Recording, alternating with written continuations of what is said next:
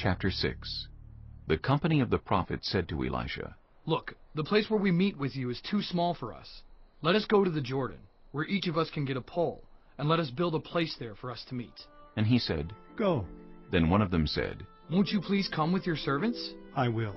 Elisha replied, and he went with them. They went to the Jordan and began to cut down trees. As one of them was cutting down a tree, the iron axe head fell into the water.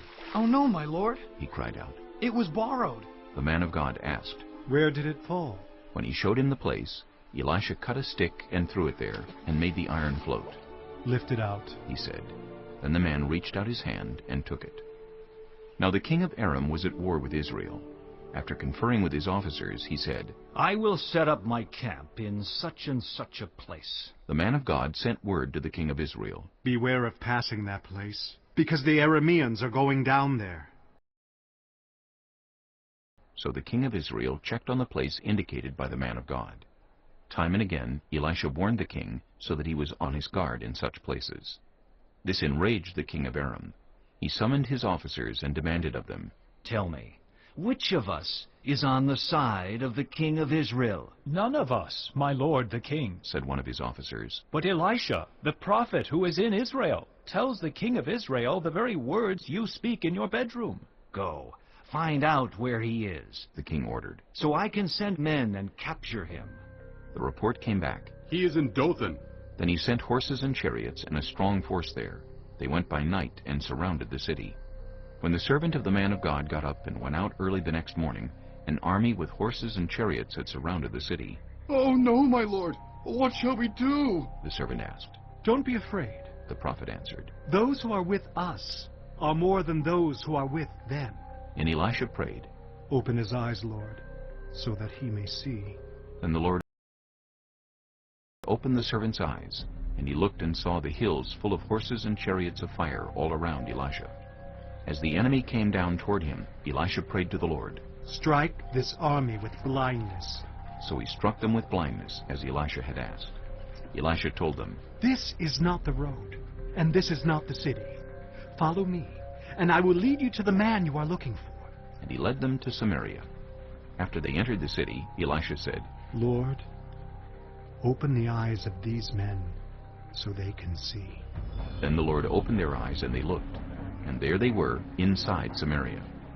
When the king of Israel saw them, he asked Elisha, Shall I kill them, my father? Shall I kill them?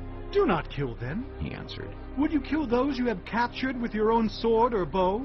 Set food and water before them so that they may eat and drink and then go back to their master. So he prepared a great feast for them, and after they had finished eating and drinking, he sent them away, and they returned to their master. So the bands from Aram stopped raiding Israel's territory. Some time later, Ben-Hadad, king of Aram, mobilized his entire army and marched up and laid siege to Samaria. There was a great famine in the city. The siege lasted so long that a donkey's head sold for 80 shekels of silver, and a quarter of a cab of seed pods for 5 shekels. As the king of Israel was passing by on the wall, a woman cried to him. Help me, my lord the king! The king replied, If the Lord does not help you, where can I get help for you? From the threshing floor? From the winepress? Then he asked her. What's the matter? She answered, This woman said to me, Give up your son so we may eat him today. Then tomorrow we'll eat my son. So we cooked my son and ate him. The next day I said to her, Give up your son so we may eat him. But she had hidden him.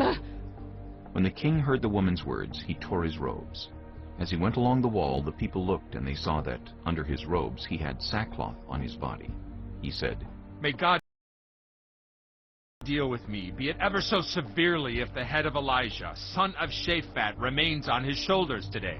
Now Elisha was sitting in his house, and the elders were sitting with him. The king sent a messenger ahead, but before he arrived, Elisha said to the elders, Don't you see how this murderer is sending someone to cut off my head? Look, when the messenger comes, shut the door and hold it shut against him. Is not the sound of his master's footsteps behind him? While he was still talking to them, the messenger came down to him.